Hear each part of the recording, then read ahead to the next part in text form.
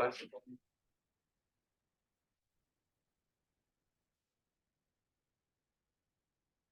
It's a pleasure to introduce Kirill Magidson, who will be speaking about the Feigin-Frenkel isomorphism. Thank you. Right, so let me, before we put this, like the previous talk,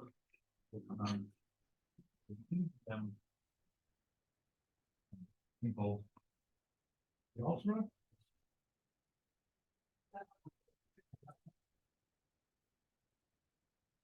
Everything will be OC. And so it's okay. So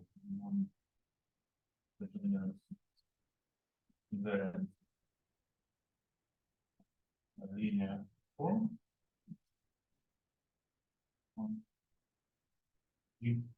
And so in this situation, we have the find the algebra G hat K.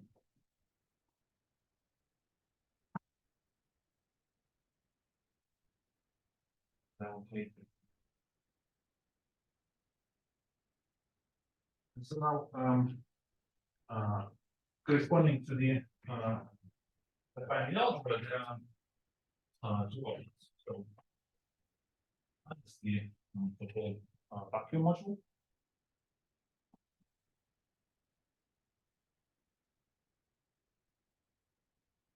So this is following. It's like the trivial representation of the algebra of positives plus C1. So consider this as a trivial representation of this algebra. So G has trivial, but the essential element has type 1. And then I inject it to the completed universal routing GK.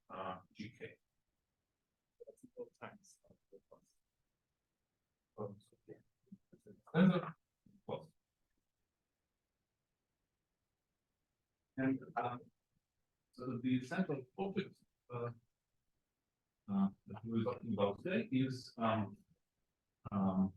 algebra zeta KG. So this is defined as endomorphisms of the vacuum module of G K.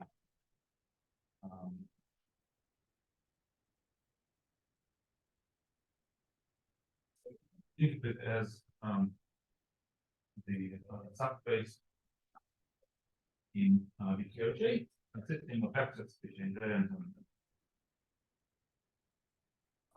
loop the algebra.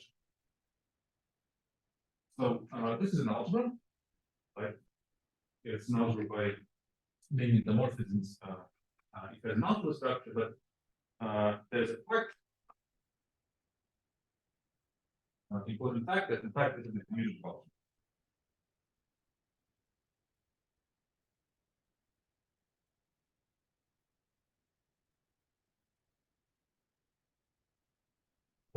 There are several ways to see it. I think to some extent one of the ways was explained to us by Elchanan.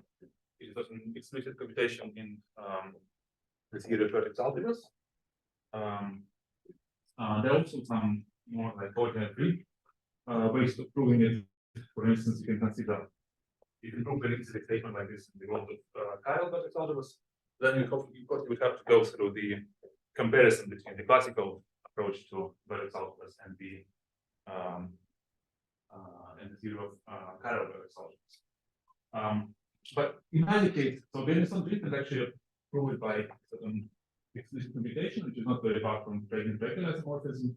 They proved there is a surjective map from the essential case representations of the affine algebra to this algebra, and this map is subjective. So, but it requires some either way, it requires some computations, and we'll just take it for granted.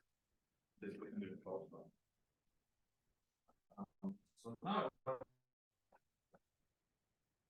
so this will explain to us what the numbers and so let me call it. So to give you Feigin-Frenkel.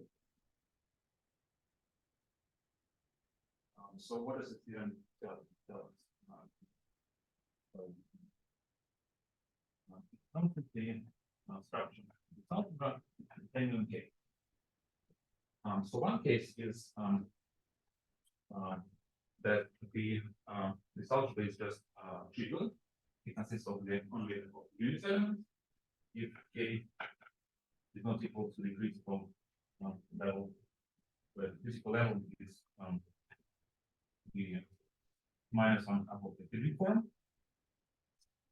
And when K is equal to the critical level, the center turns out to be huge. It's going to be an infinitely generated polynomial algebra on elements numbered by n and m. So here n belongs to the exponents g, and m is greater less equal to minus.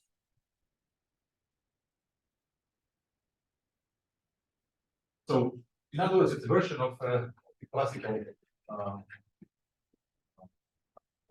isomorphism. We compute the Frenkel of the usual person developing for a simple algebra. It's going to be functions on the dual of Cartan invariant under the real group. And so this is generated by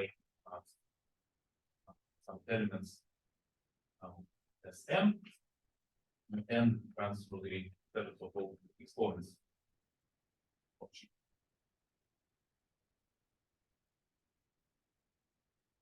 And so here we have some kind of affine version of this of these elements. So to in a few minutes, I will explain what it means for the SL2. But so far, let's just notice that note that this isomorphism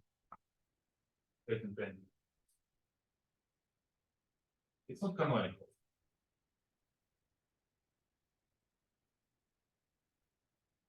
Okay.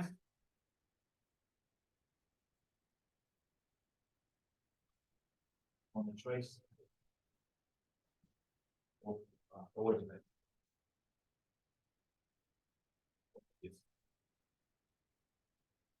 So precisely in the Elchanan book, we define a certain Feigin-Frenkel operator for SL2. But it was something defined in terms of explicit formulas, and we obtained sort of elements Sn as certain coefficients of the Feigin-Frenkel operator in this finite function. So let me just recall a little bit what happens for SL2, and my goal would be to try to understand how people sort of came up with the notion of opers.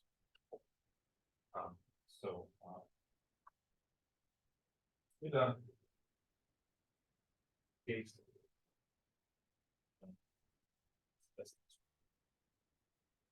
So then, central level of SL2 is algebra generated by some infinite set of elements. So what are these elements? We take the Feigin-Frenkel operator.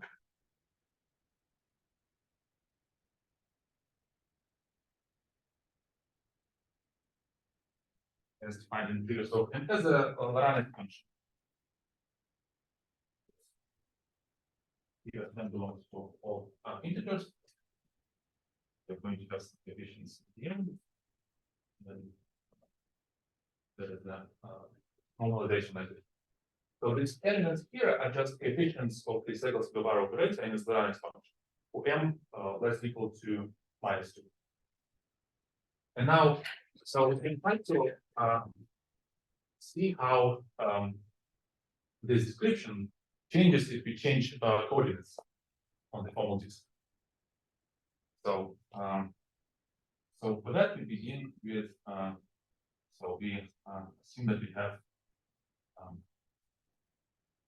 transformation of coordinates like this. It goes to phi of z. And we look at how the Segals-Guevara, how the formula for the Segals-Guevara operator changes when we change coordinates. In other words, you want to compute yes phi of z. And this is some long computation which can be done. Let me just tell the result of this computation. So it turns out you will get z times prime of z squared minus 1/2 of something which is called first round derivative.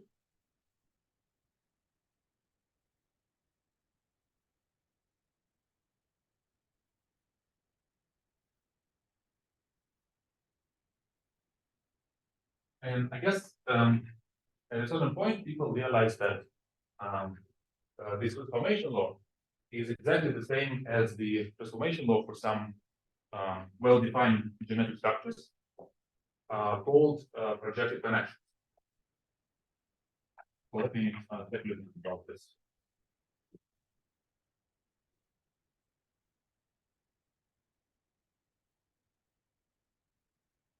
So again, there are on the disk. We're going to expect the and we have the one bundle of conforms. The so this is just a trivial line bundle generated by the element dt. And then since it's a trivial line bundle, we can take the square root.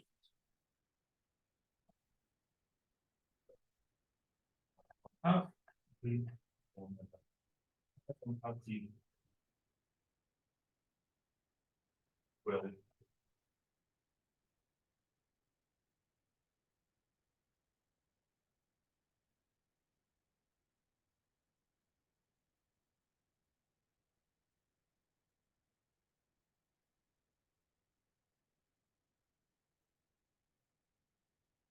So distribution and projective connection.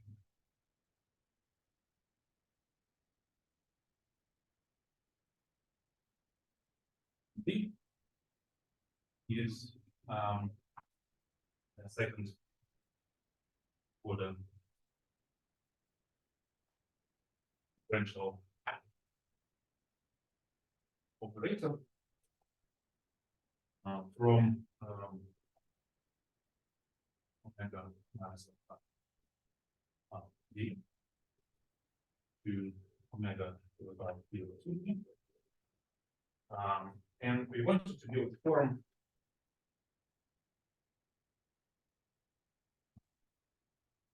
for t is equal to t minus some function u t. So the general second order differential operator will have 3 terms. We just want it to look like this.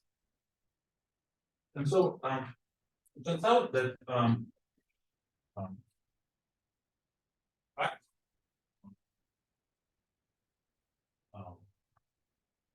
the function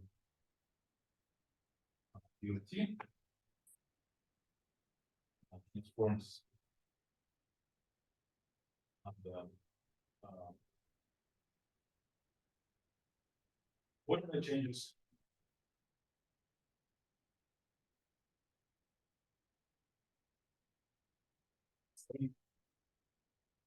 as the Segals operator introduced before. So there will be when you see how the coordinate changes act on the set projective connections, turn out that the function density will transform in exactly the same way as S and T.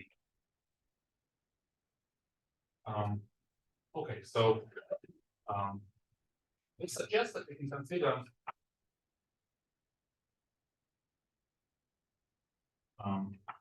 these elements Sm, which appear in this equivalence as functions from the set of projected connections.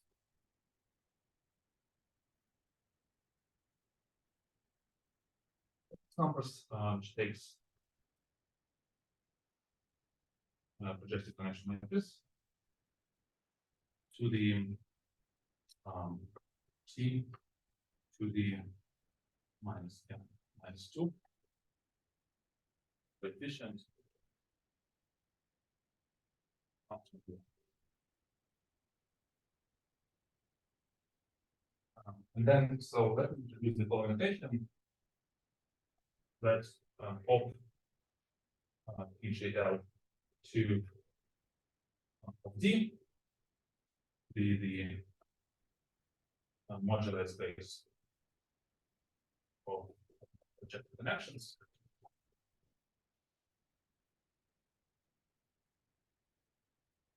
So it turns out you can define it as a modular space, but it turns out it's an interdimensional affine space. And you can now reformulate the theorem of Feigin-Frenkel as an equivalence. That is an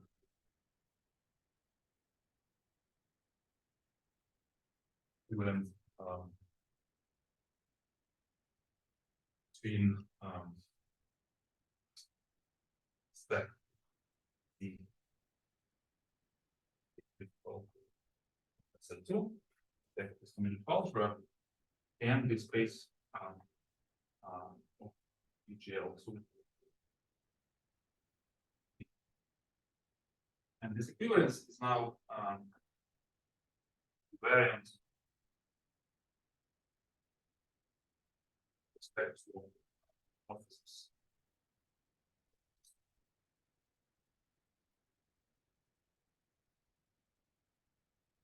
So this is fine. But then the next step would be to understand, to try to figure out what should be the correct generalization of projective connection to other simple algebras. Okay, so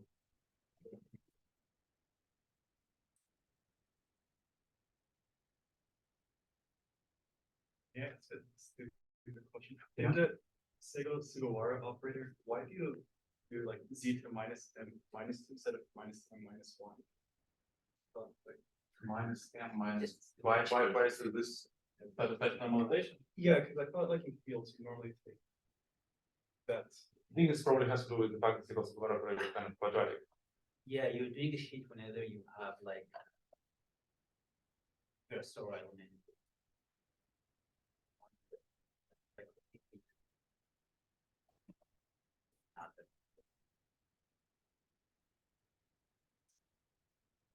Yeah. So I don't have a good answer to this question. I guess it has to do with the fact that Sugawara is kind of quadratic. Not integrated level. Oh, maybe otherwise it would not be otherwise maybe this SM will not be related. They do not commute, but solution. they exactly give an action Ah. in the as well. Yeah. Okay, so now there is certain interpretation of projective connections, which and partly just general observations from the theory of differential equations. I think maybe it was understood by Drinfeld and Sokolow first. So the idea is to replace projective connections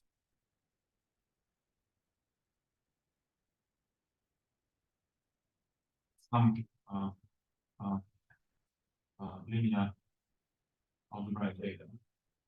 And so what you can do is given the projective connection,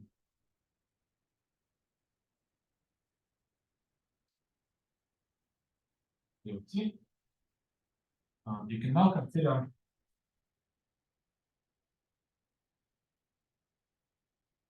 that connection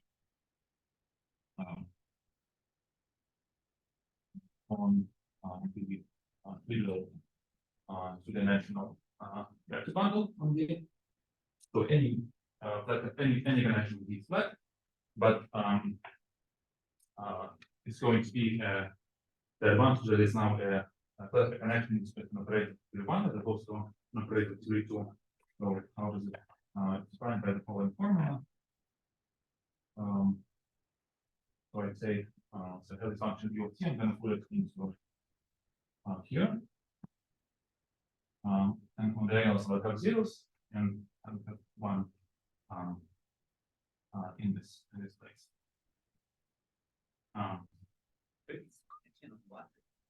On the trivial vector bundle on theorem. Oh.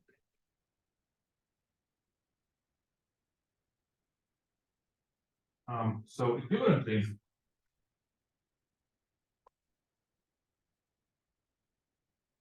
the data such connection can be stored as follows.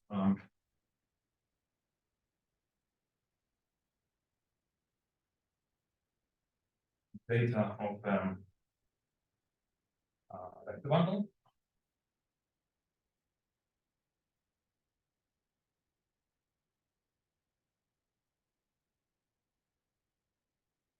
rank 2.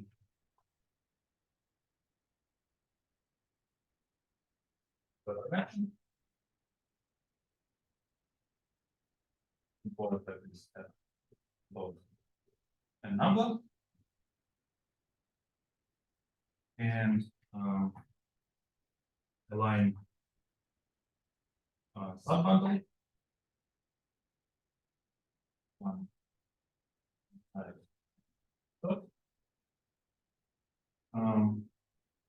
Such that the composition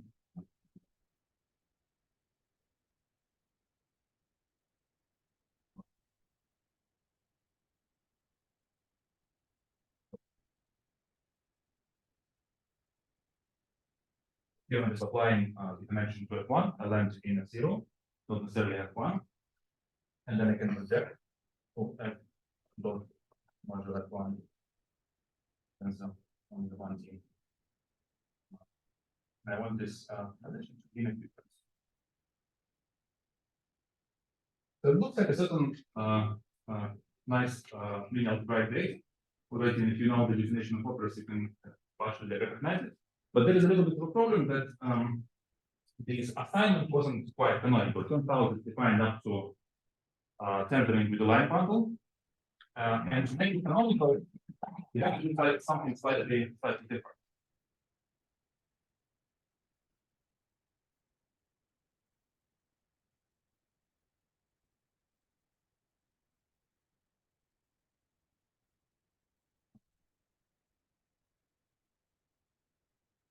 Name is canonical.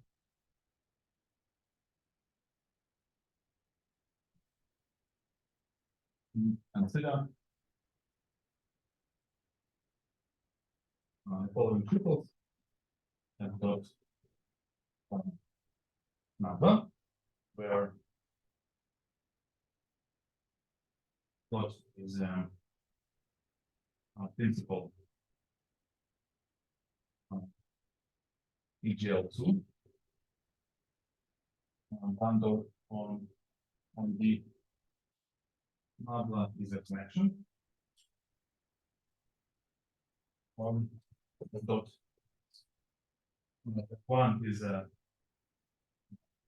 line module. And dot.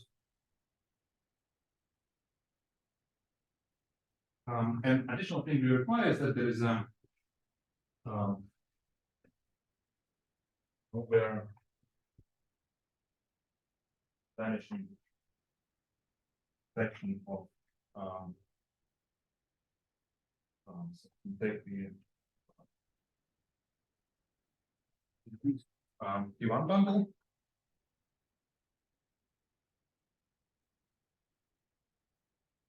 corresponding to F dot, and C1 is to have nowhere vanishing section. It's an additional condition from this data. Like, do you take this sections? No, I don't think it's a data. I don't think it's a data. I think it's just a property. And so proceeding from this, yes, Drinfeld and Beilinson-Drinfeld came up with a definition of an oper, which is supposed to be a version of this for general simple Lie. So let me now define opers.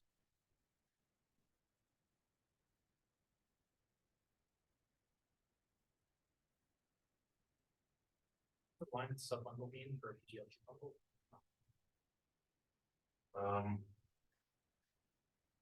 I mean, it's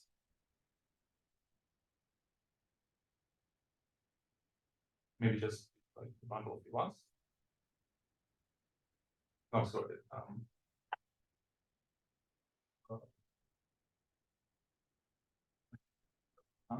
No, right.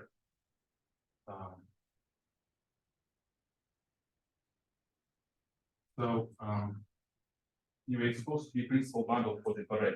Yeah, it's a new reduction. Yeah, I mean.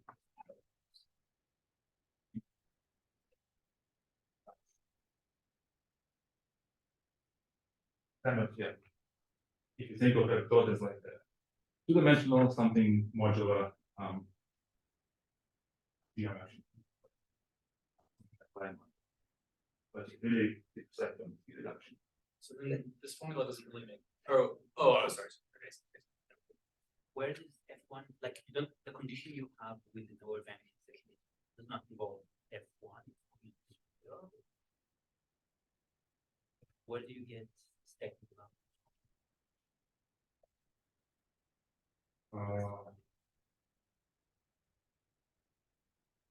So we want this this section be defined using F1 or something? I remember very. No, so right, so okay, so we have a dot together with the connection, and you have a one. So what you can do is you can consider, you know what? It's let me explain it in the case of the general simple Lie algebra, and maybe a little bit more clear what that means. So the setting is as follows.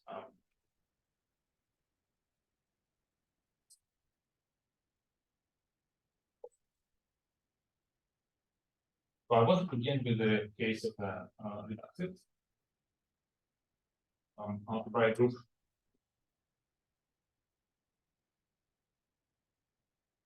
And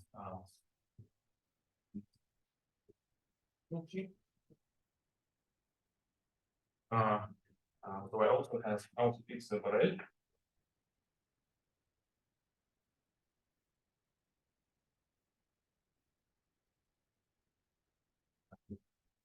Algebra.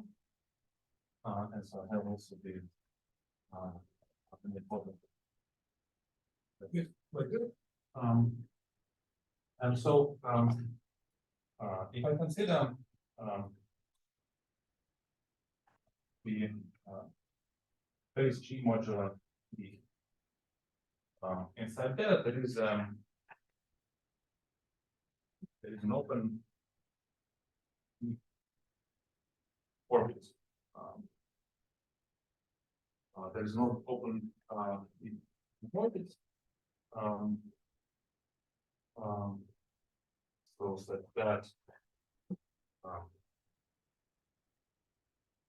variant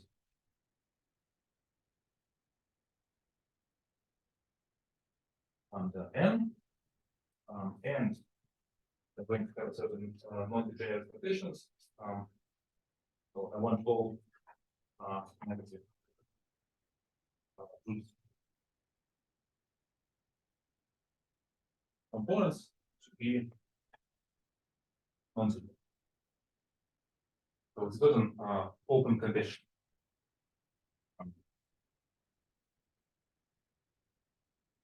And so now given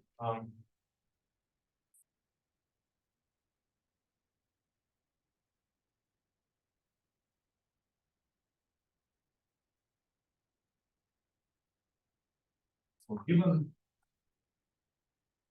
say scheme S. And G bundle.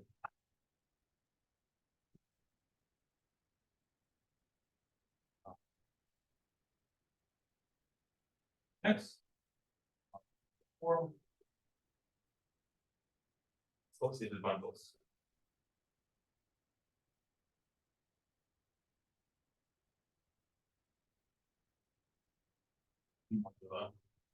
B subscript PG. And inside there, the orbits O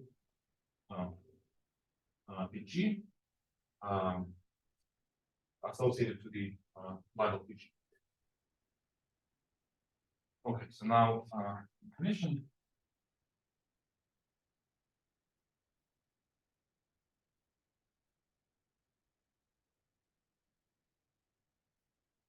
So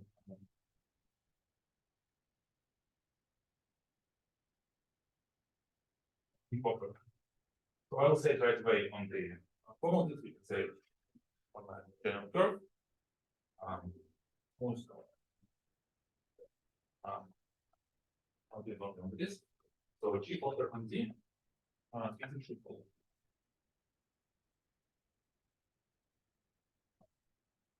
The number where PG is G bundle. The DB is reduction of PG and number is an action on the G such that certain condition holds, namely that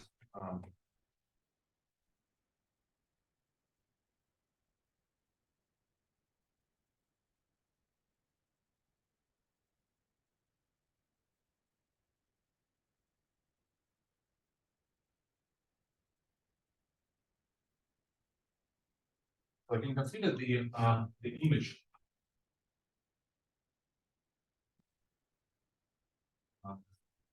number in G B positive bundle.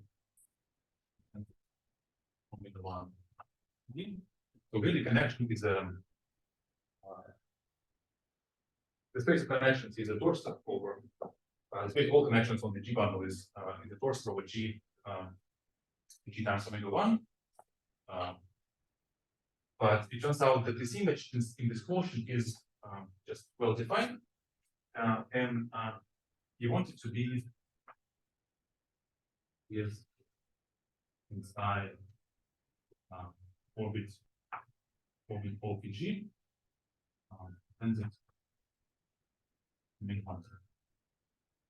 So it amounts to essentially two conditions. One is that this image lies in the span of negative weight components inside here, and all projections to all weight components are non-zero, nowhere vanishing.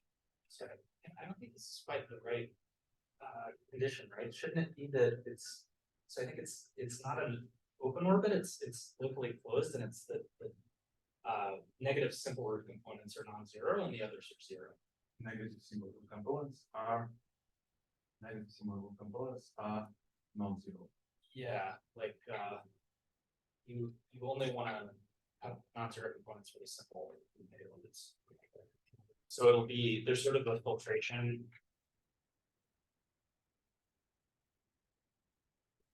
If we're at like G less than or equal to -1 or something like that, and you want to land in there and have it be, it'll be open inside of there, but not open the entire quantity. Okay. Yeah, let's see. So I will give Mr. an example that needs for simple, yeah, coordinates. Yeah. So also it's not open, it's locally closed. Yeah.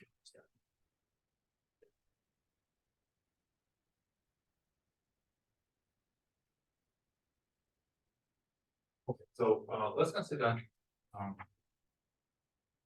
two examples. One is is equal to GLN. So then what is the data of another amount of other is equivalent to the data like this. So first I have a rank n that's about this connection number. So this is just the data of principal GLN bundle together with the connection. But then what does reduction to Borel amount? So reduction to Borel amounts to giving a flag, a full flag, like this. So I begin n and side n this one.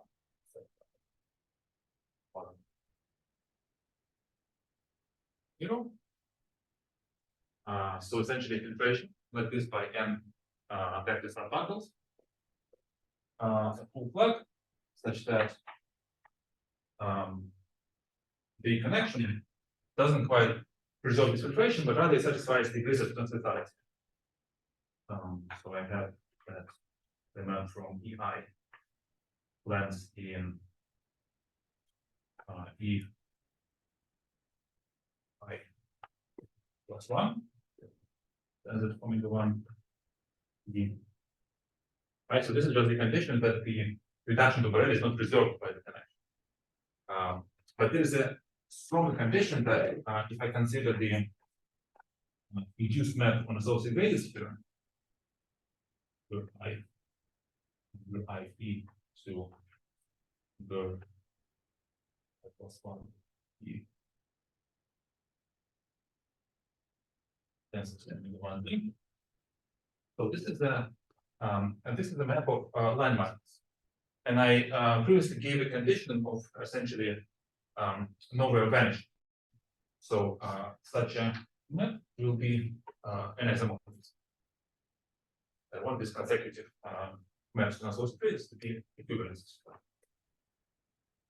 Okay, so this is the only like non-simple example that I want you to consider because I think it's very instructive. Essentially, it's just a vector bundle with a full flag and with a connection satisfying with transversality to something you can understand from geometry, and this additional kind of strong generous condition.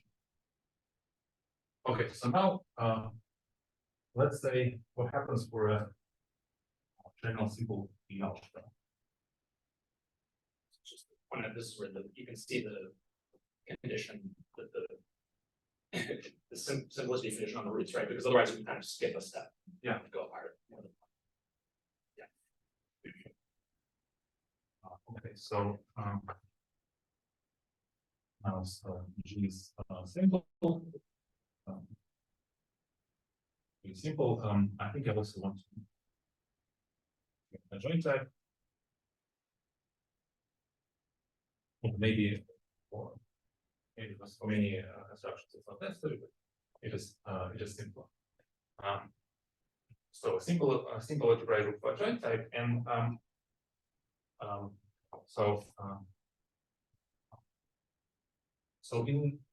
want to just simply describe what such a connection in local coordinates look like.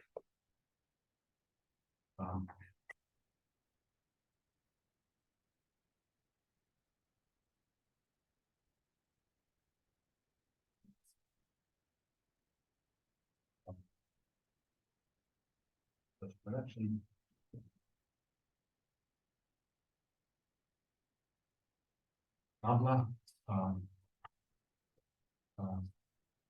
Local coordinates. Such a connection looks like this I have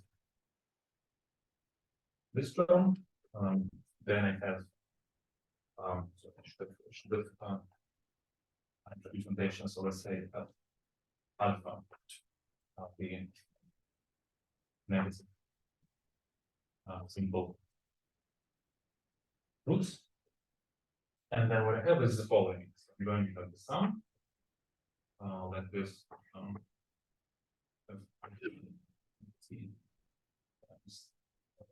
Alpha plus some q. So here q is the one from with coefficients in red, and all these functions are just one forms.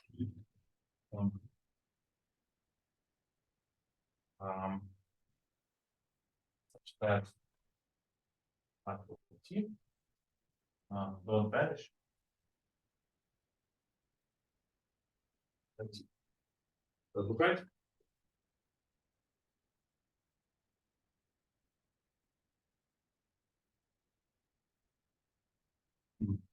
Okay, so these are what opers are. Now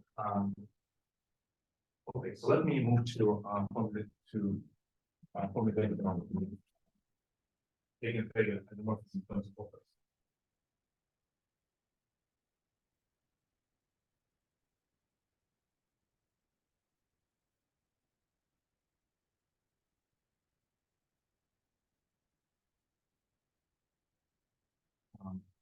So out of that, we check the then U and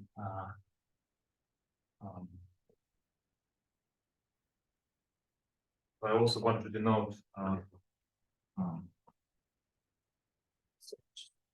Yeah, got this. Should it be like a condition that the alpha, I could be wrong, that if the alpha of 0 is not 0? Just trying to mention it. Like in no, but yeah, we may can just replace it with the conditions if the alpha of 0 is 0. yeah, I'm just imagining like if the alpha of t was equal to t or something, then this nabla bar could be a non-zero morphism of line bundles, but it might not be an isomorphism. This one? Yeah, like the analogous thing. Oh, this thing here? Because you see what I mean? Like if I multiply it by t, then that's a non-zero morphism of line bundles, but it's No, but we don't want to allow this to be equal to 0 for any t. for any t, I see. Yeah, but I mean, I guess you can just say for this f alpha of 0 is not 0. Yeah, right. For like a formalism. Yeah. Okay, I see what you mean.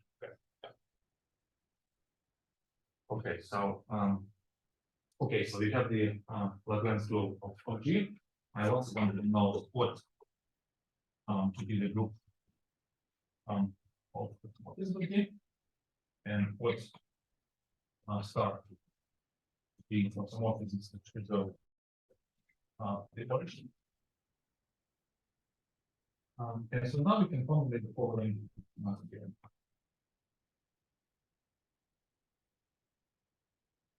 We invented and then some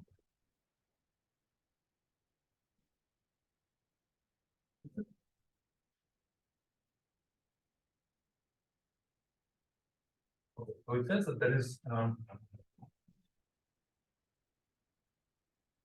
this and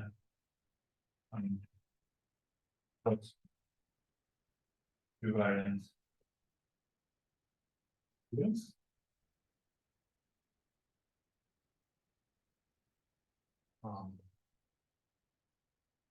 Yep.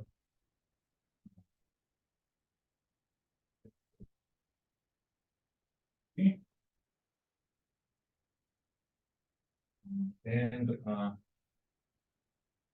basic opers B with respect to the Lagrange group.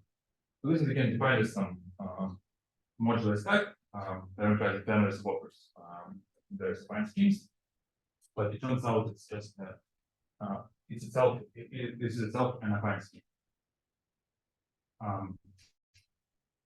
And the automorphism action here just comes from the fact that automorphisms the Razor algebra acts on the vacuum module. Consequently, it acts on this algebra itself, and here it acts because it acts on the equivalence.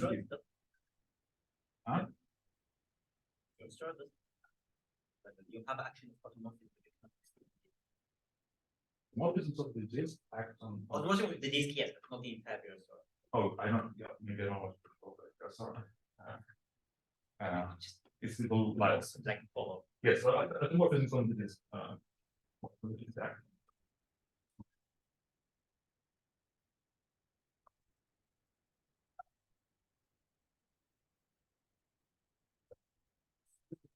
And I want to mention one additional compatibility.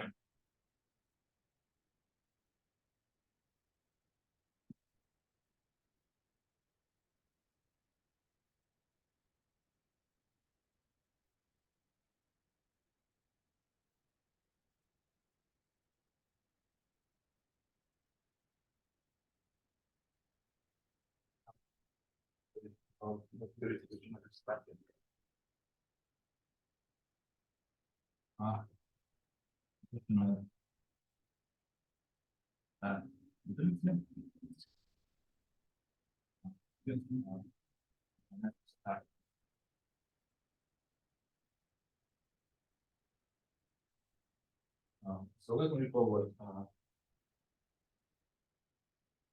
measures that is.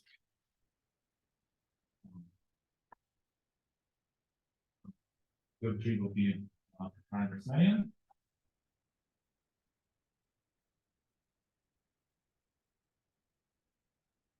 And we have the action of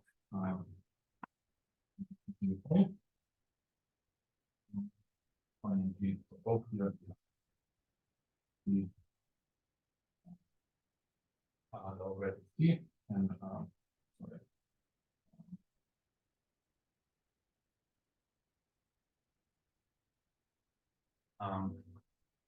So this group acts on Riemann energy, and I can consider the category of D modules.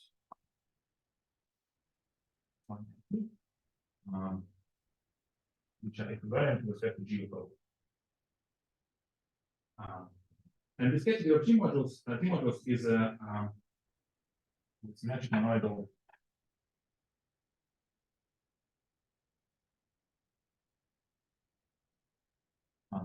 category.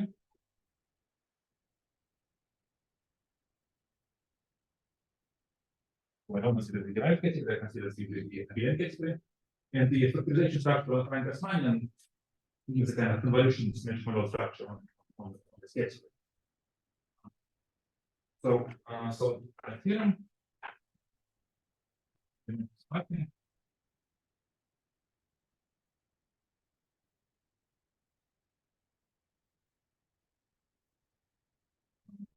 That's the equivalence. Symmetric monodal equivalence.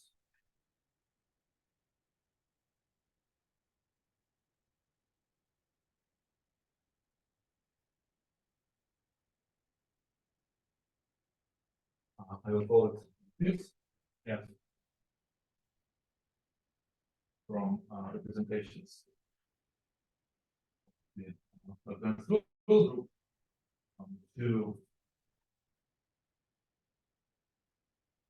all variants modules.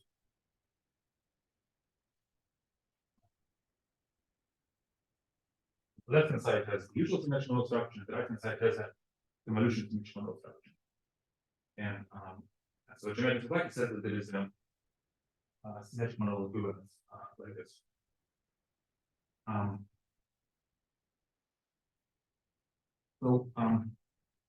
Now even that makes sense to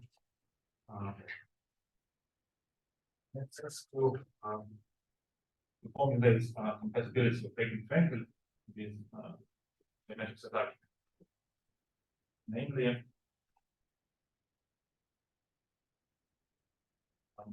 freedom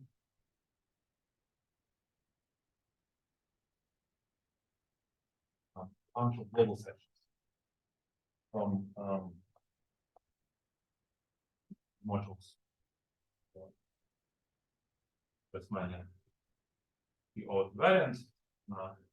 So global sections are going to live in the category of G hat K representations,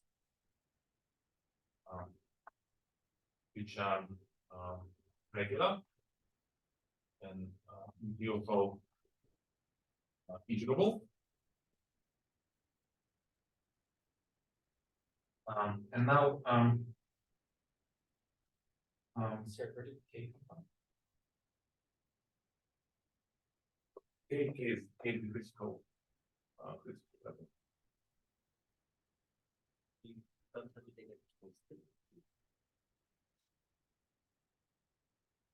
It's the twisted and non-twisted demodule categories are equivalent, but the global sections functors are different, so. You can either, it's like what you're doing is you're identifying demodules at critical level with untwisted ones. Or you're using a global sections functor on particular twisted demodule. Yeah, because critical level is so it comes from a line bundle, so you can twist it up. So yes, I think it's usual global sections. No, it's critically twisted, right? It's, I mean, it's analogous to, you know, on the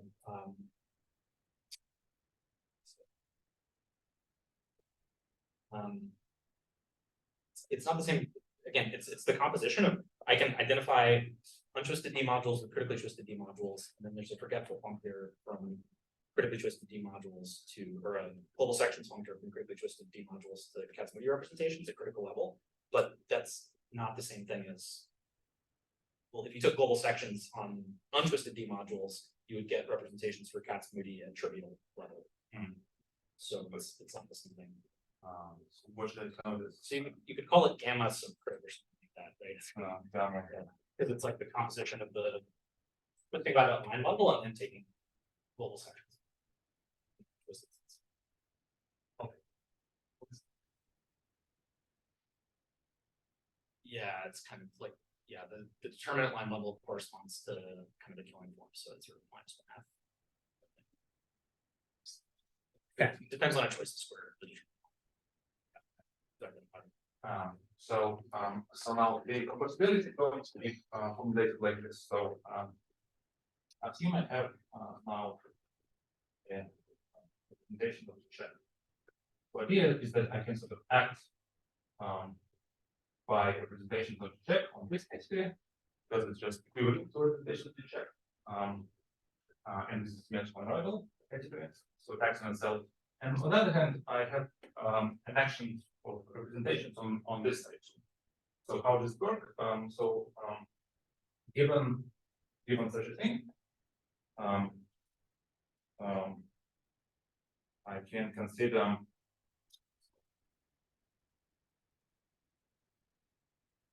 the vector bundle.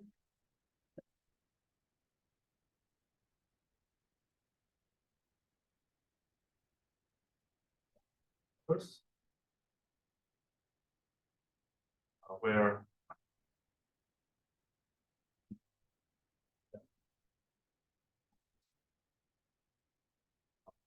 particle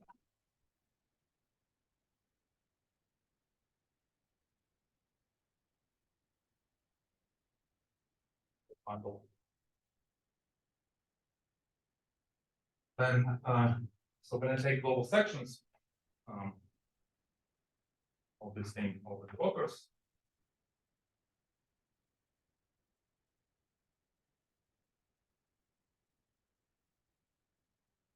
so this is going to land in modules by Feigin-Frenkel isomorphism, knowing the functions of the opers. as our Z, this lens Z modules. And now basically I can tensor any object of this category by this Z module, right? And so what is the compatibility of Feigin-Frenkel with geometric space? It tells us the following, that if you compute gamma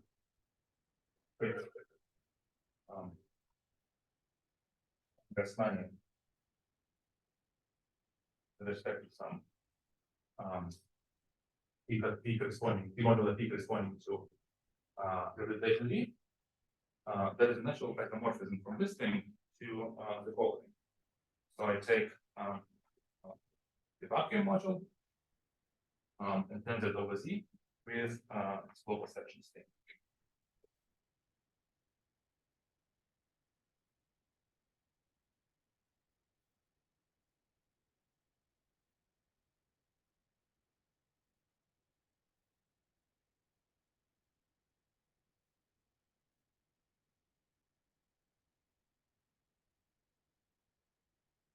So here the left hand side can be sort of as convolving, taking global sections of the convolution of the vacuum module with the representation V. What is And F? what was F of something. FV is so Okay, I have the okay. equivalent, right? So corresponding to a representation like this, I take the T module. I can compute global sections, and this should be so the statement is that this is naturally equivalent to the following tensor product. And there is an idea that it's be formulated as kind of G-check variance of the function of critical global sections. Because basically what's happening is that both categories are naturally modules of representations of G-check. And I can think of this thing as taking first convolution of the vacuum module with the representation, and then taking global sections. And this is the same as this tensor product.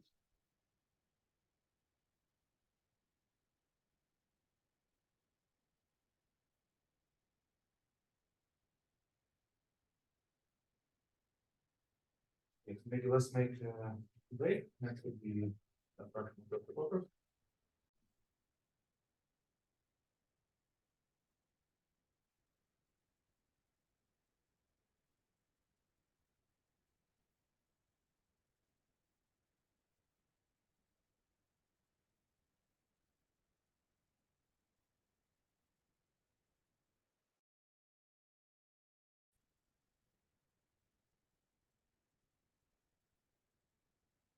So what I'm going to do is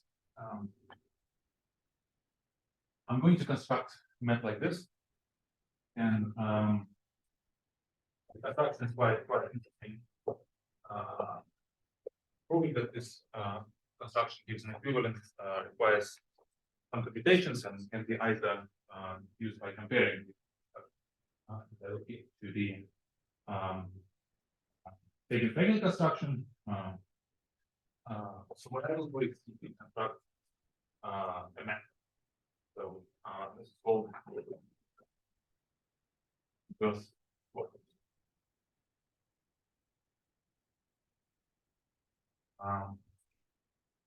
so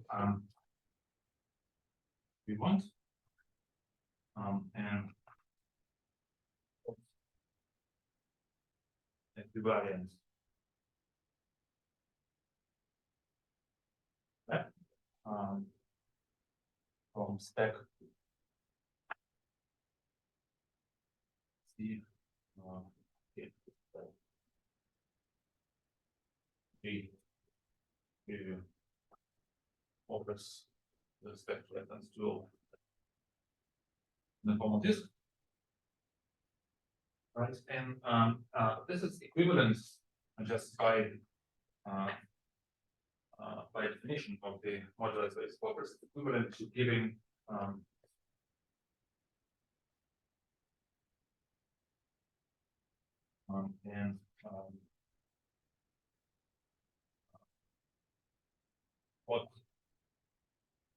variant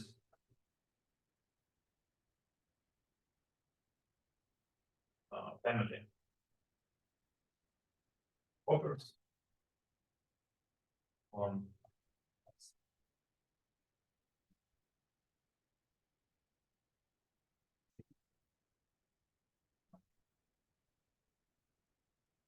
so I think it's definitely the time to just call this video. We have fixed a simple D algebra as well as the critical level with only one C. Okay, and so we want to construct an automorphism divided family of opers on this product. So how can we do it? The strategy will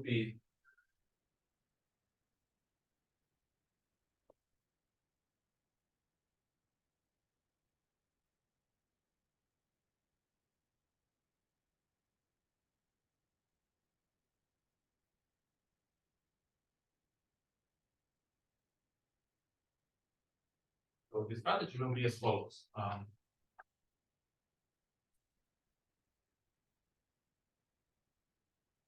So first I construct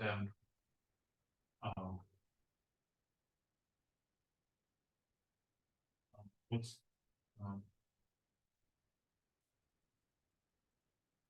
variant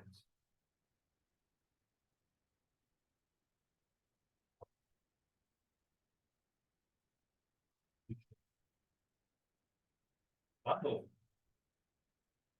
on spec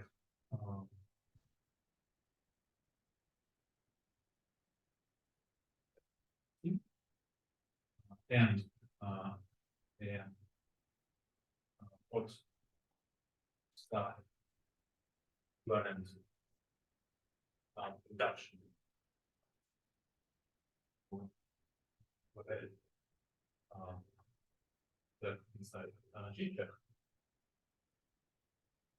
And then so it turns out given this data, so we need to satisfy some additional properties, but essentially the idea is that giving this data from the automorphism equivariance, I can get an oper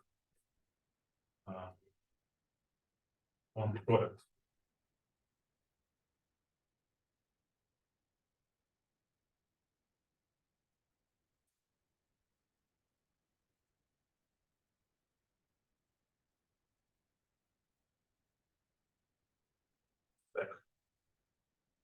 That's E using this variance. In other words, there will be a statement of the form that I can construct a connection using the automorphism action.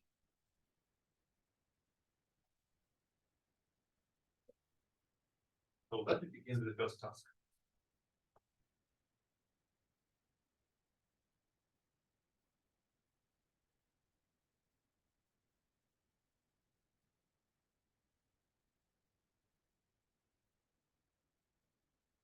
So how to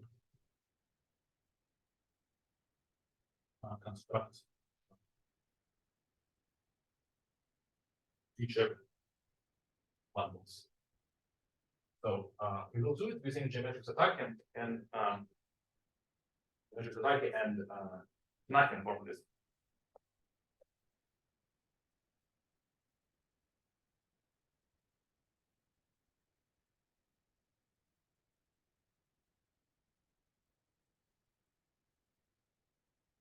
So knocking formalism tells us that giving a principal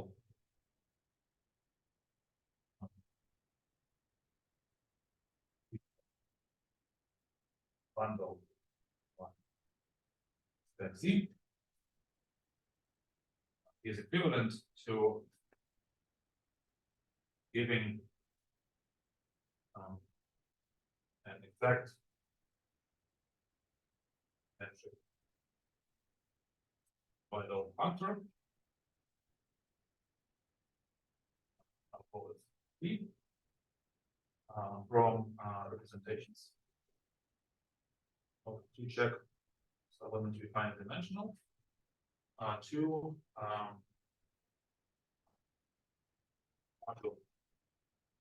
this algebra which I find generators. So these fineness conditions come from the fact that we want bundles which are locally trivial. Okay, so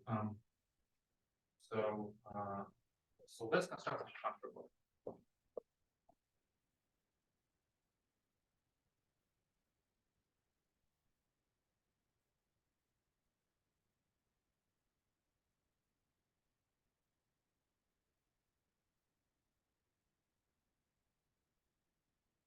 By the way, maybe I should say, just clarify, if you have a bundle, e.g.,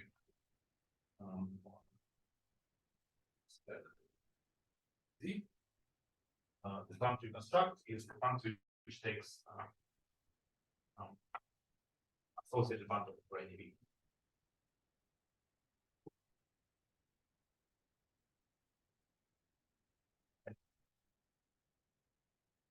Have any representation of the check, I can form the associated vector bundle.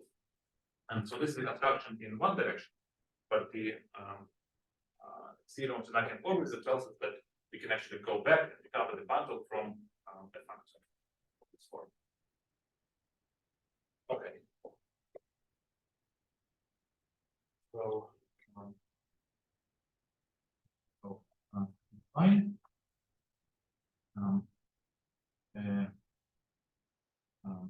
Function. I'll call it phi 0. You check. Take this kind of dimensional check. So, finite generated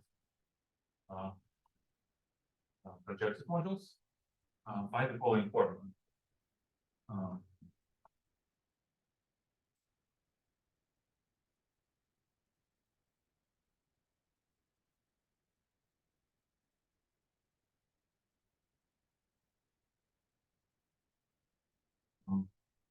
So I'm going to take I'm going to form the module on a point as I am responding to the representation.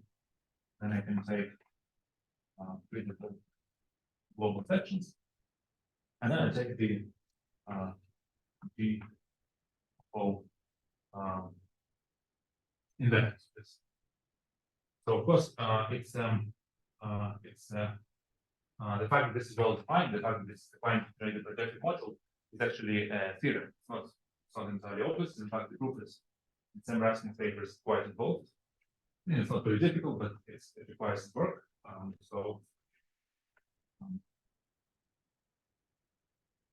Theorem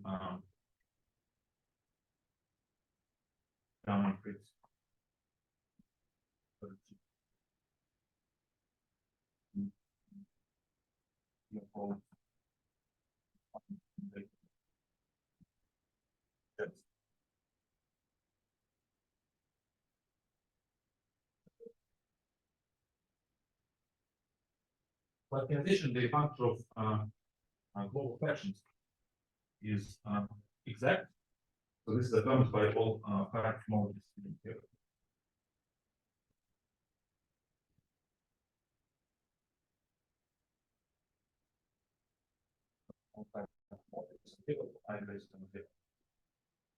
So these two conditions guarantee that this construction is well defined. So, but then another claim is that another claim will be that this is symmetric monoid. You're taking G-O invariance is also exact. I think taking invariance is clear that, right? Oh, meaning sorry. So no, well, it's mean, I assume there could be some homologies for general geohomologies. But the vanishing of height homologies here implies that the function that we're constructing here is well defined. Is that we don't I don't think we care about general geohomology. No, but our functors, you take the GO invariance of, Oh, I see. like it's a composition. Yeah, so it's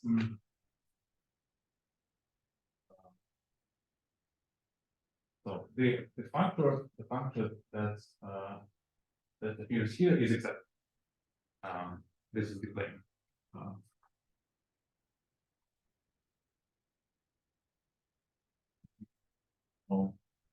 There. Is an exact function. So how much goes into it? I'm actually not.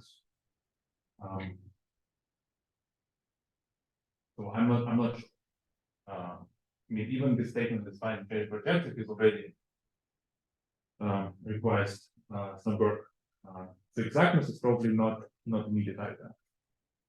I don't think that these higher homologies actually, how do you say? Like, I think the derived GO invariance actually may not vanish. Because like, I mean, I'm not saying this could still be exact, but just, for example, if I take B to be the trivial representation, right, then this, the like derived GO invariance would be like the derived invariance of the vacuum, which is not, which has higher homologies. There's, yeah, it's more complicated. So that's not the reason for this exactness.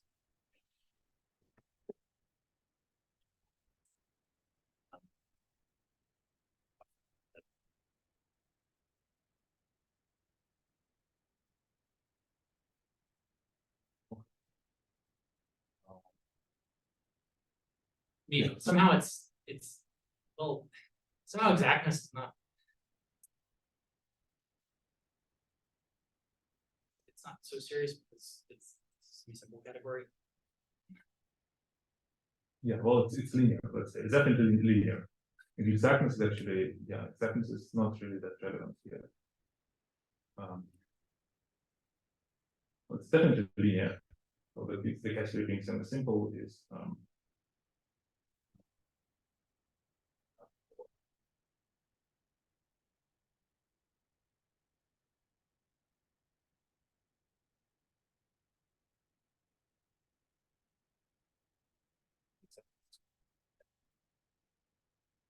because it actually is semi-simple. Yeah, Right. Yeah, no, I guess what exact means is that it's linear, it's obviously linear. The non-trivial part is that it's finitely projective over Z. So the vanishing of height homologies is also like a theorem, but it's not necessarily relevant for the exactness of the trivial part. Okay, so then another proposition is that to check is actually symmetrical momentum.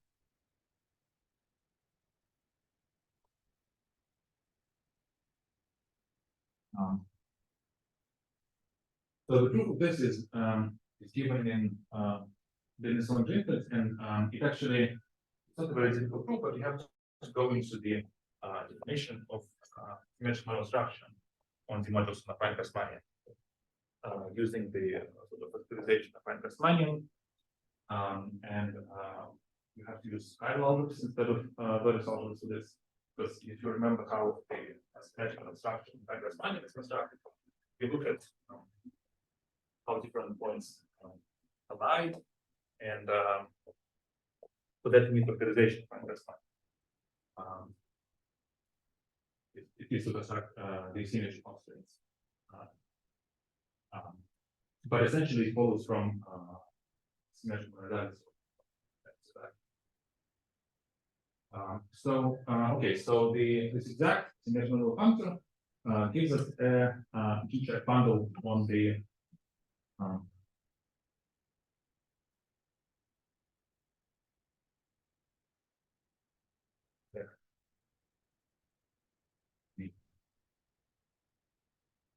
And moreover, essentially by construction, it's multiply odds equivalent. So this is part of the data that I wanted to construct. So now we raise the question of how to construct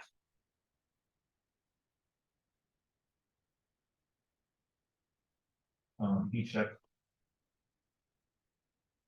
reductions. So the answer to this question is the so-called future construction.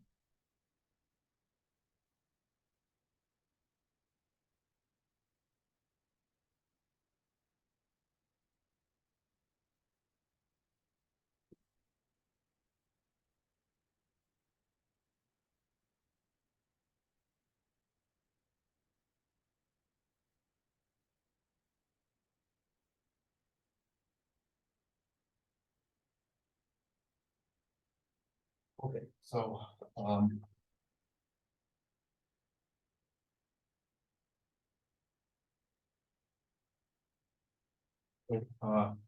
essentially what I'm going to do is we already have a G-check bundle. Now we want to ask what additional data do I need to give on my G-check bundle in order to give a reduction to for it. And the answer is the following proposition. So here I want to just use notation G is equal to G check. That's a kind of constraint, the general construction for any simple algebraic group. The same as B is B check. So given and B bundle on an affine scheme. Okay, given G bundle on affine scheme. Okay, there is an equivalence between the following sets of data. On one hand, I have the reductions of bundles G, or the reductions of G are one-to-one correspondence with the following data. So for given this principal G bundle, I have the associated symmetric model function, which is just denoted by the same letter P. So now for any dominant weight lambda, we have a line bundle L lambda inside the vector bundle B lambda or B lambda irreducible representation of size weight lambda, right? So given this B lambda, I construct the vector bundle on the affine scheme stack A. So I want to give a line bundle like this part of the data. Then there's a property that has this vector bundle functions. And isomorphisms like this. So if I have a sum of dominant weights lambda and mu, I want my line bundle corresponding to the sum to be equivalent to our lambda. That's it. W. And in addition, I want this isomorphism to be compatible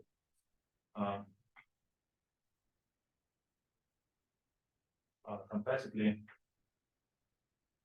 with maps the plus mu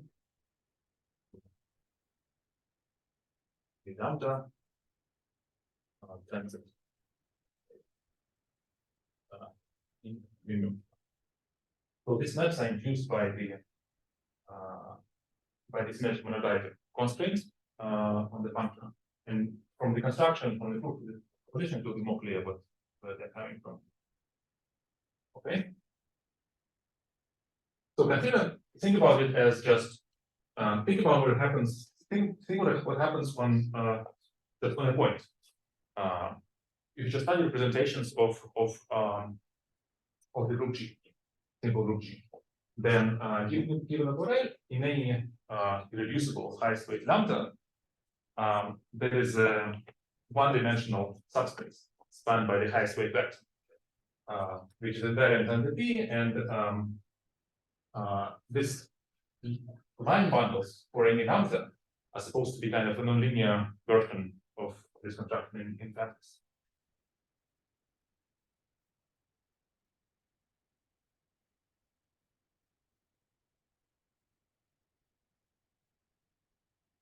So let me sketch the proof of this operation.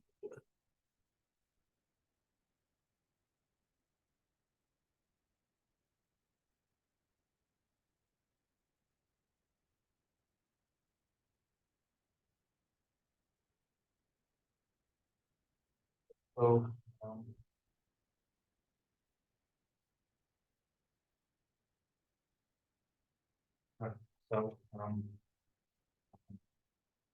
the proof is based on presentation from B as the following. So I have G. I can take the quotient by M. And I can take the quotient by G again on one side and by the torus T on the other side. So there is this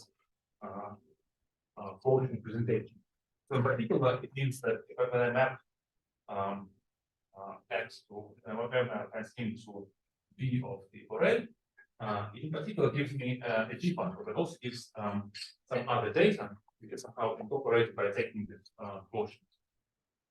So let's begin with constructing maps.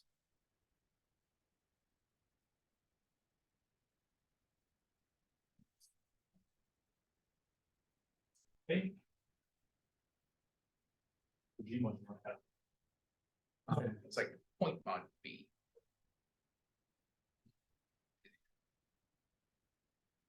No, sorry, this is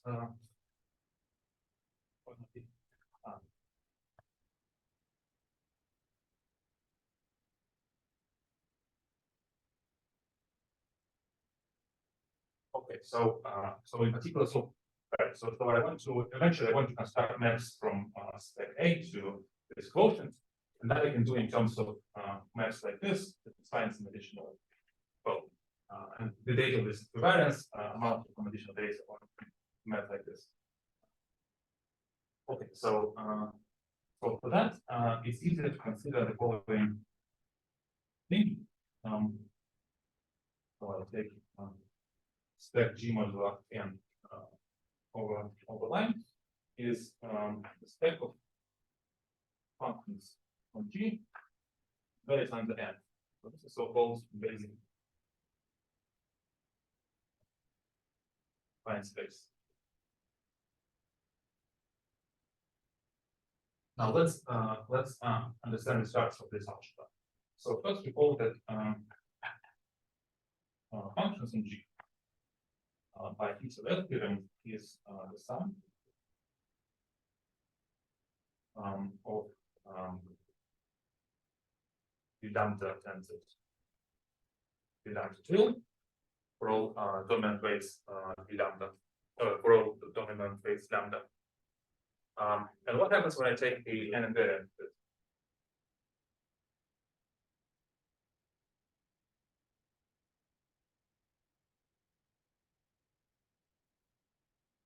So when I take n invariant with respect to this multiple, what I get is just the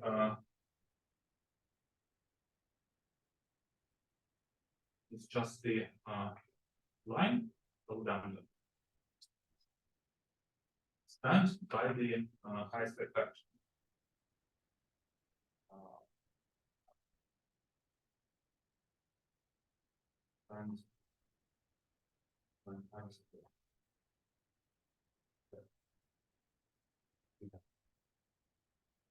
And the algebra structure is obtained as follows.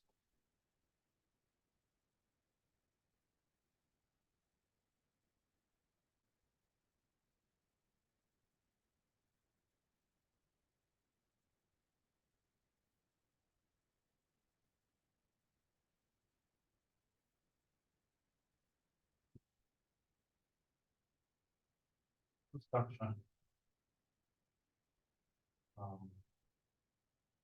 So there is there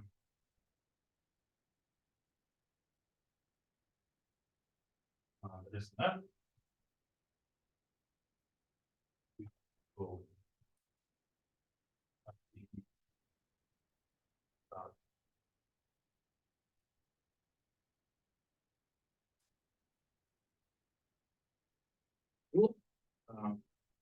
That is the again, and that's the minus.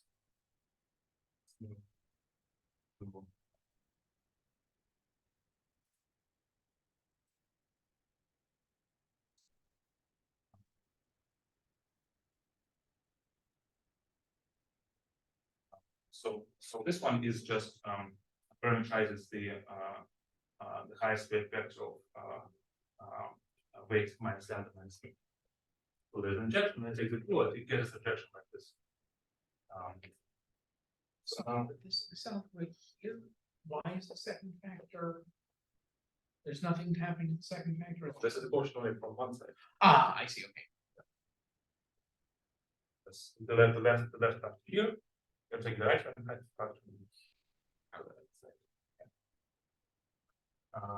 Okay, so now when you look at max from step A to this affine scheme, we get the following data.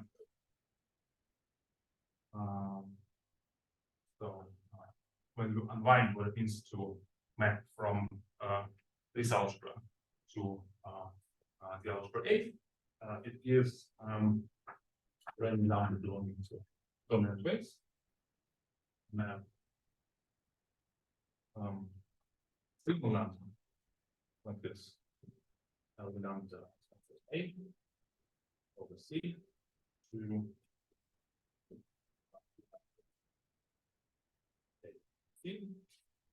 plus certain conditions for plus mu.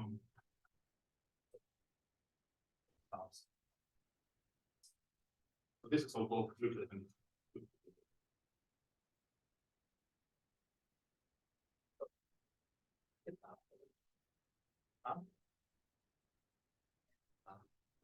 That's the atomization. Oh, Yeah, so that's it's the- very Oh, it's so right very here. Yeah, so yeah, I will mention it in a second that sort of so it's easy to understand maps into an affine scheme. But it turns out that it's a theorem that G modulo n is an open subscheme of G modulo n.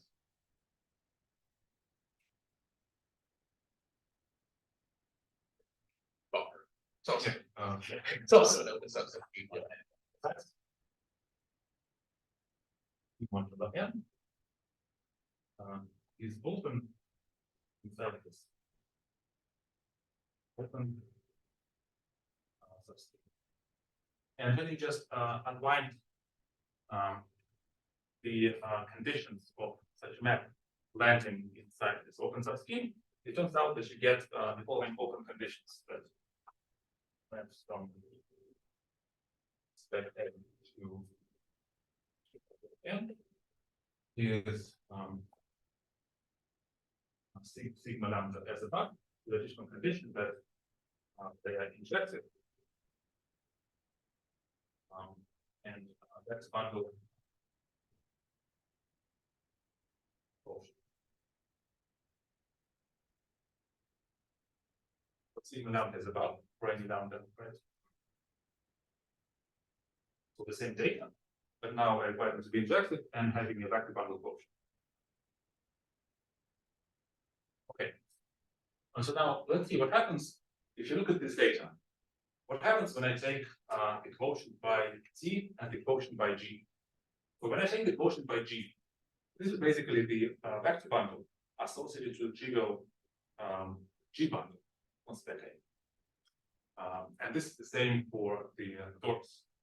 When I take the quotient by G and the quotient by torus, instead of this, I get the data of a general G check bundle together with them. So let me just say.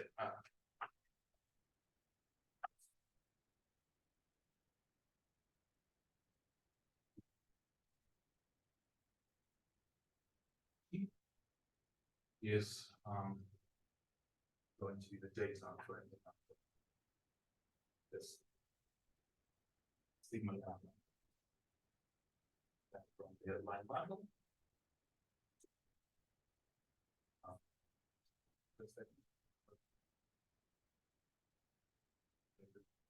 So we have G bundle D and this maps sigma lambda, where lambda belonging to lambda plus here. So part of this data is the data when I take the quotient by G, I create an additional non-trivial G bundle. So I want this to be part of the data, and I want also maps like this, but now they're going to maps from a general line bundle.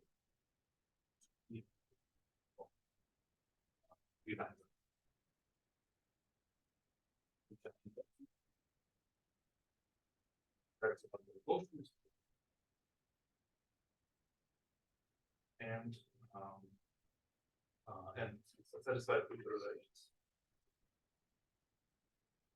Also need a T bundle as part of the data. So the T bundle, when I take the quotient by T, it creates a non-trivial line bundle like this, as opposed to just a trivial line bundle like this. So this is what the data. So this is part of the data. So okay, we need notation and it will be better. Yes, this is equivalent to the T bundle. It's like that's T bundle the and then G. L lambda is there's some background T bundle, and L lambda is the line bundle attached to the T bundle and also Canada, right? It also associated bundle. Yeah, it's also The same thing as the G equidarium and on the associated bundle.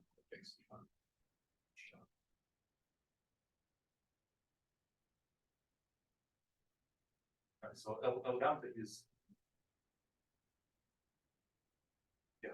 it's the associated bundle corresponding to certain principal T bundle.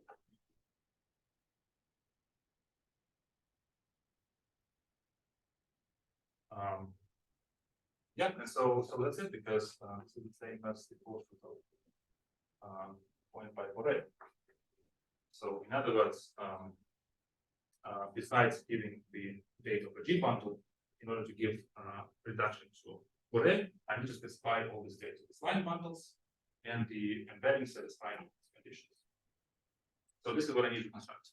At the very least, I need to construct line bundles like this inside EV lambda in the construction I gave before.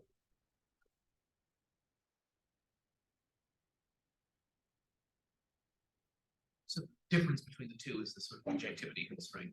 Like difference between G mod n bar on G mod T and G mod n injectivity and vector bundle quotient. Yeah.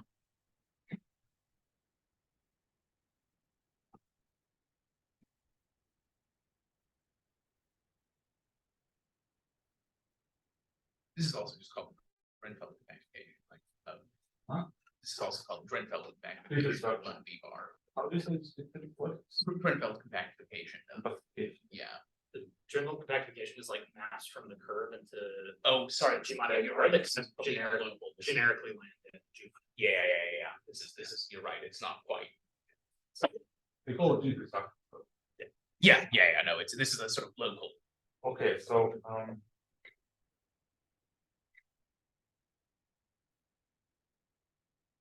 right, so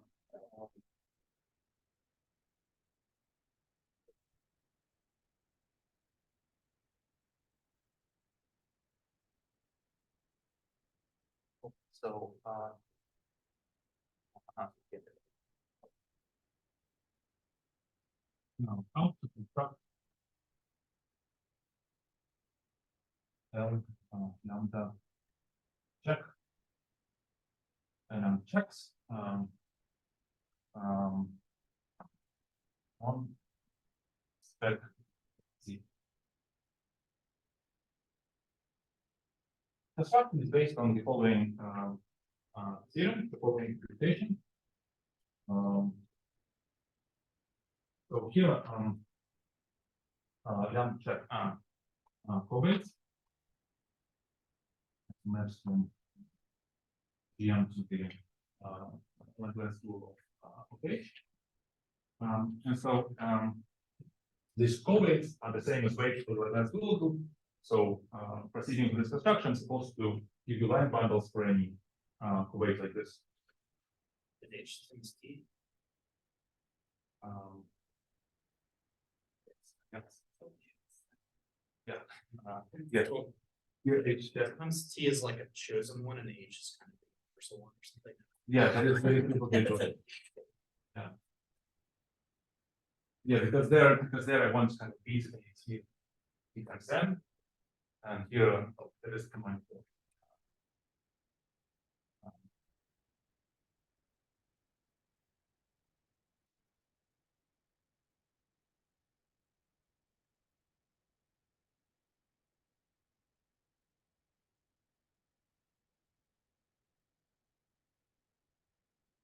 Okay, so the construction of Beilinson-Drinfeld theorem Beilinson-Drinfeld.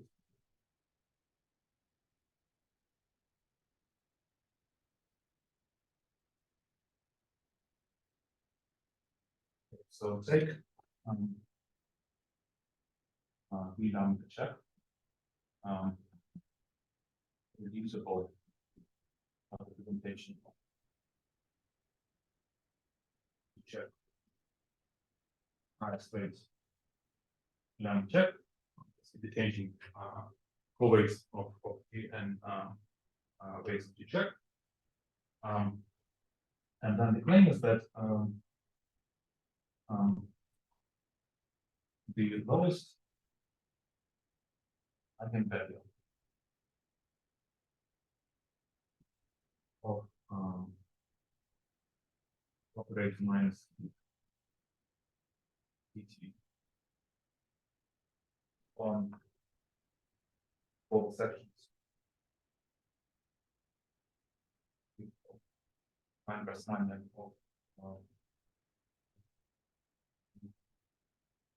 check is minus lambda check. So I think so it's the co-weight.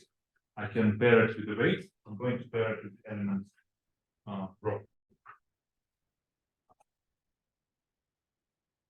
And the second space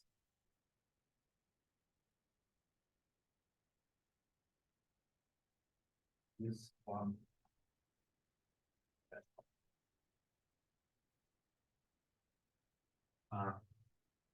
So this is kind of a version of the fact that the irreducible representation itself has a high spec. So a one-dimensional subspace which has high space lambda check. And so here there is kind of a similar phenomena, kind of highest weight factor. And in fact, an additional small computation says that the subspace is actually G of O invariant.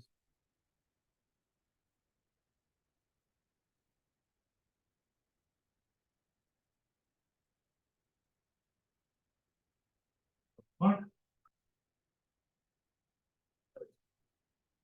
Space actually like semi-simple with respect to L0, or it's just there is an eigenspace. Is the whole space Like yeah. decomposes into the sum of eigenvalues for zero? Yeah. I would assume that yes, because this L0 is the same as natural GM action. I mean, like the whole point of like not having like a center in non-physical level was that we had a grading operator, which is literally the same level. No, so I mean it's composed into the sum of no, I don't think I know this answer the question. Justin? No. I mean there's a GM action, the natural GM action was decomposed into the sum of certain graded components, but how do they interact with the eigenspace of like the question is, I mean, yeah, the question is it GM integrable? Yes.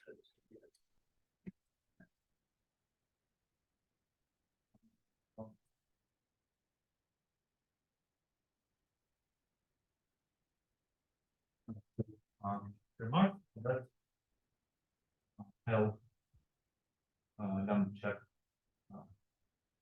the this eigenspace.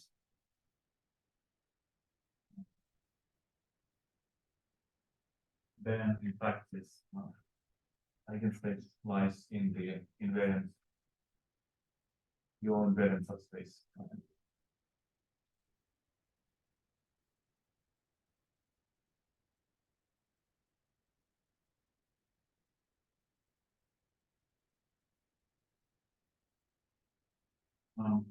So this so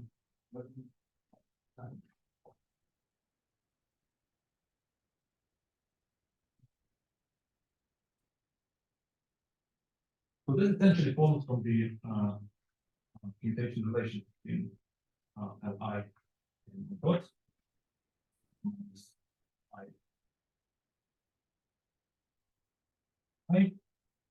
I. So when I act by Li's on this vector subspace, I get something on which both acts on Li check. Eigenvalue lambda check minus I. And so for I greater than 0, this must be 0. But then you compare it with the actually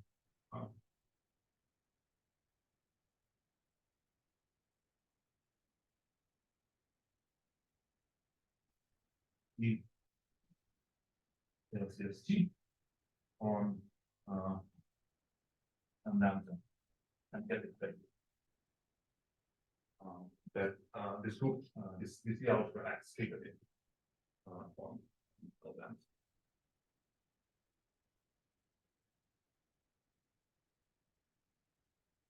Okay.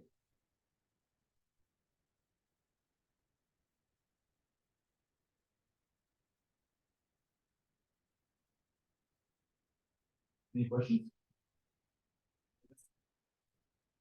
Li? No, Li is the element in the cell.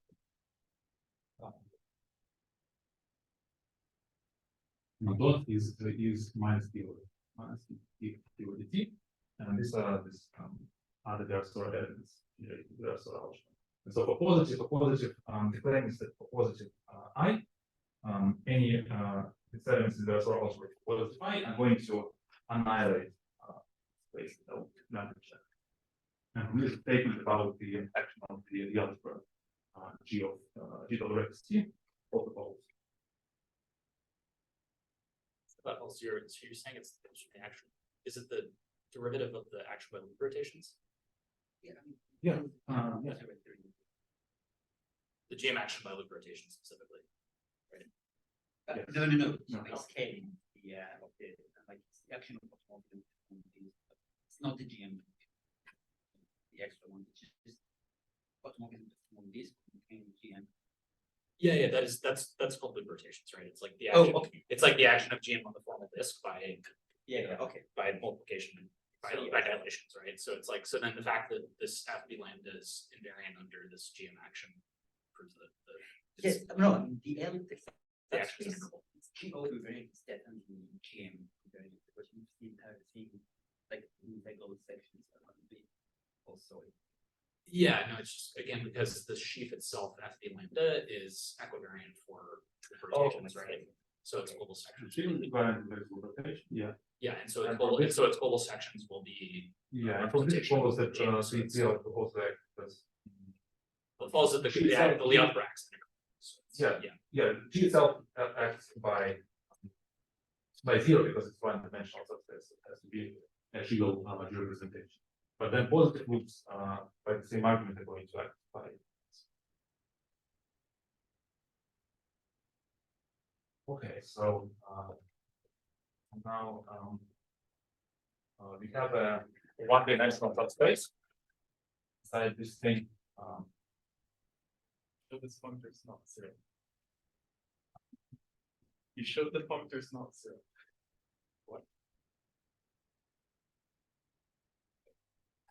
No. So This framework shows that the mark shows that it lands in this invariance.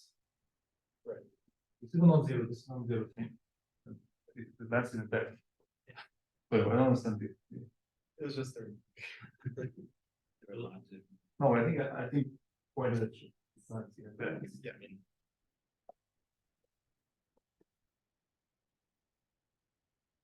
Value function trivial representation of the vacuum, right? You're talking about the same P, right? Already.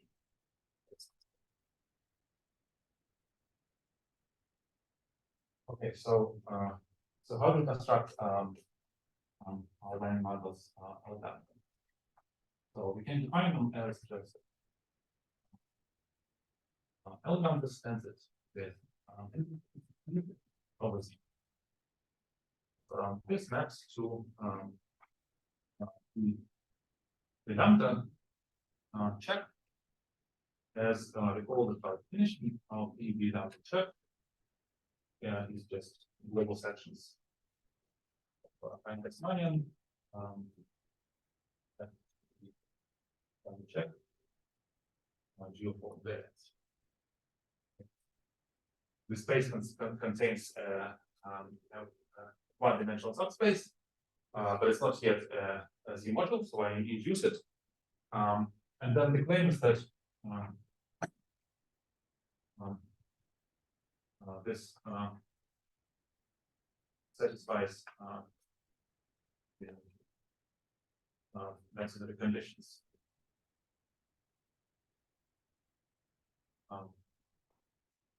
For the check action.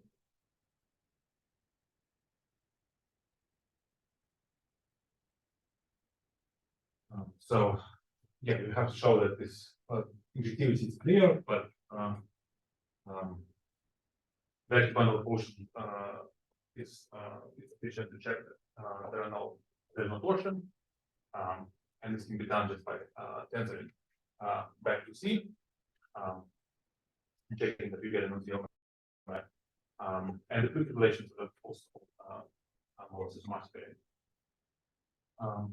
Okay, so what do we have so far? Let's summarize.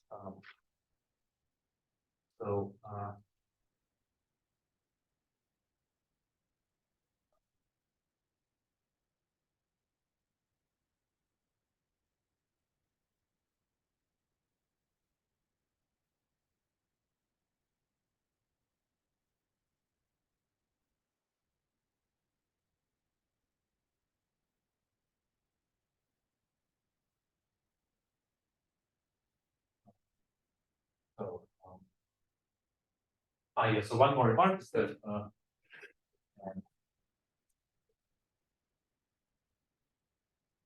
now, check.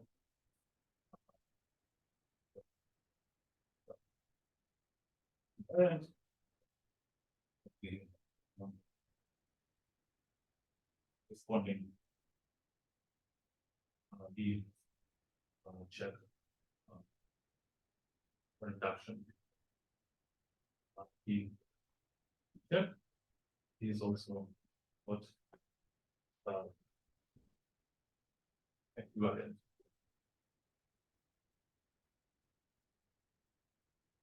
So what do you have so far?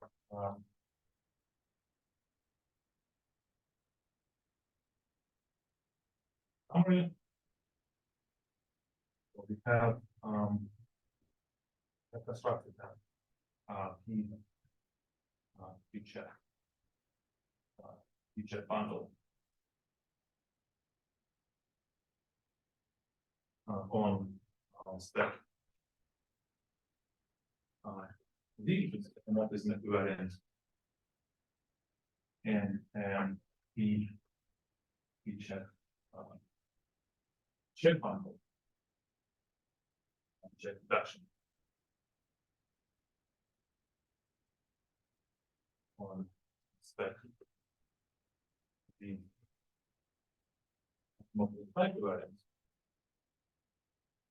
And what I was promising some 40 minutes before was that I'm going to produce a family of opers on the product spec Z with the form of this from this data.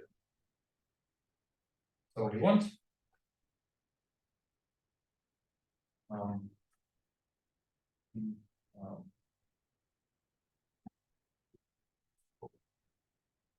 already either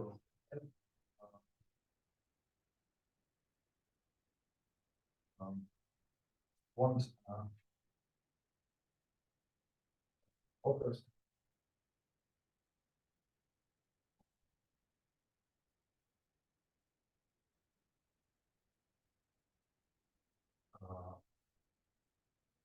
morphism of the array. Okay.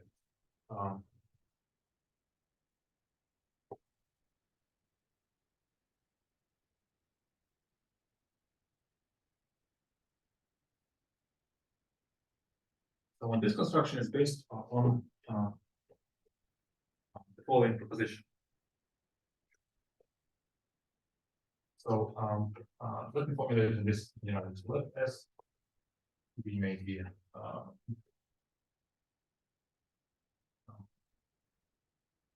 scheme, maybe a fine scheme with what action, and we consider the inclusion of I into of F into S times T. So now a proposition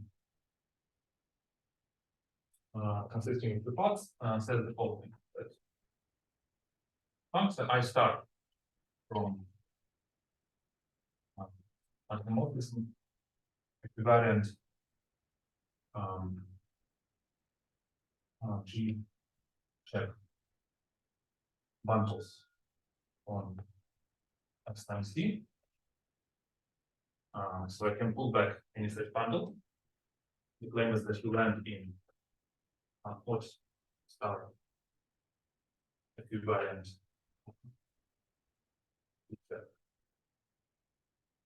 bundles on S. Right. So there is an action of isomorphism, let's equal the action of isomorphism star. And let's consider general feedback bundles on either of these things. And the claim is that this is an equivalence. And moreover, I can consider morphism variant G-check bundles on S times D with with equivariant connection.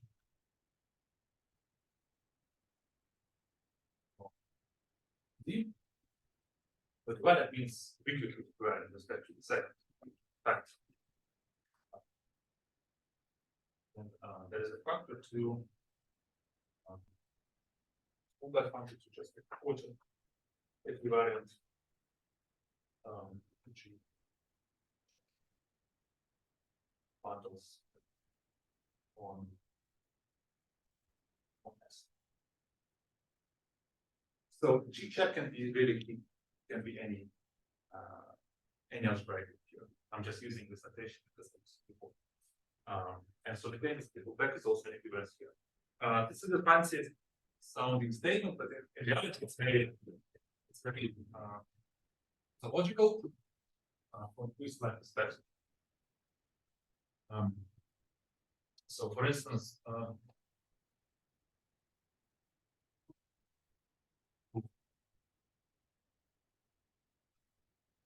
first follows simply from the following. So let me notice that I can present the formal DSP as the quotient of what type of star.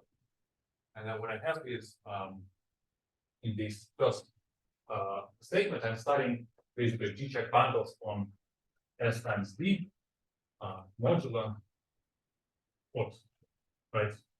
So I wanted to see what's equivariant, it's just the same as starting G check bundles on such a stack. But this is the same as S times what modular star, then modular what. So this will be the same as S times S over modular what star. And for the second statement, for the second statement, I simply consider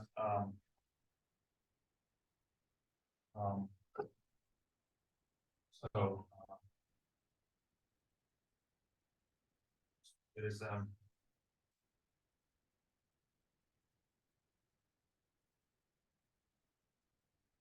there's a map from I from S to S times T gram, but the gram stack the formal is just the same as S.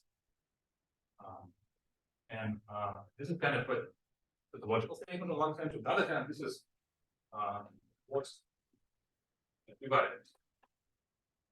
Therefore, when I take what equivariant objects, I get the equivalence.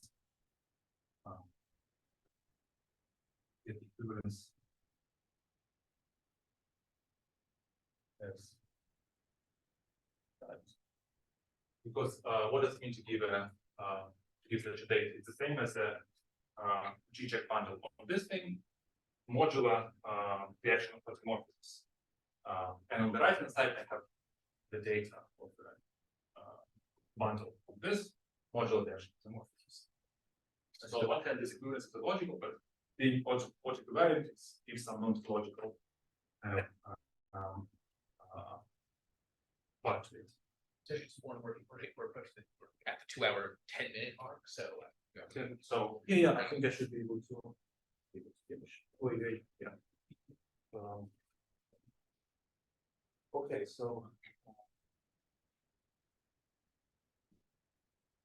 yeah, so what happened is that using this proposition,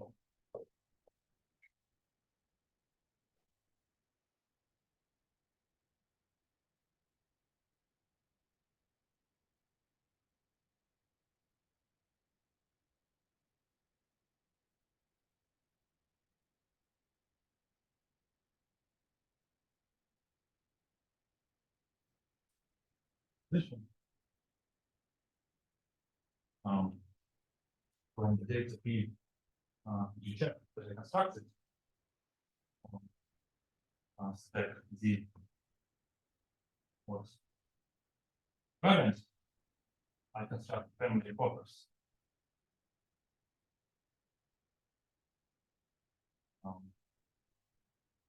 Stack Z was variant. So this is using the second part of the proposition. And for the Beilinson reduction, being only not star equivalent, I produce we check reduction of the above one step D times D. Okay, so it's the family of G checker systems. Check, sorry.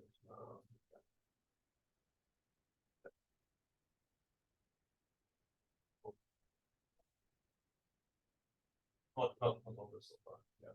There's part of the base of an over, then there is a B-check reduction. Fourth variant. So this is fourth star equivalent. Now what I get on the right hand side is fourth equivalent by the first part of the position.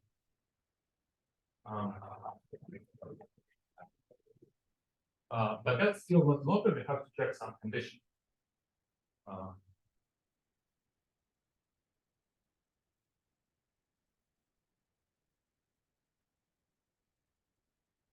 Let me just say position. Really get family of opers on B times second. That amounts to certain little check. Essentially, you want to give a condition for this type of data to be an oper, and you can give it in terms of the induced H check bundle. So the condition is that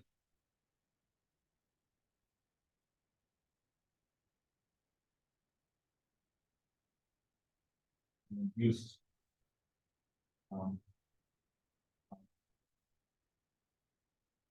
the H check bundle induced by the method H check as the form forwards of Z via the method from GM H.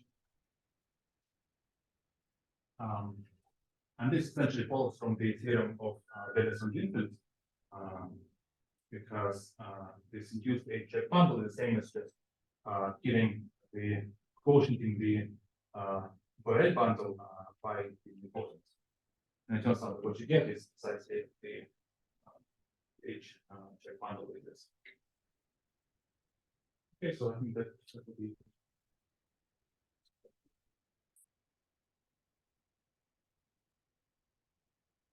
Any questions? Comments? All right, well, let's thank the speaker one last time. And,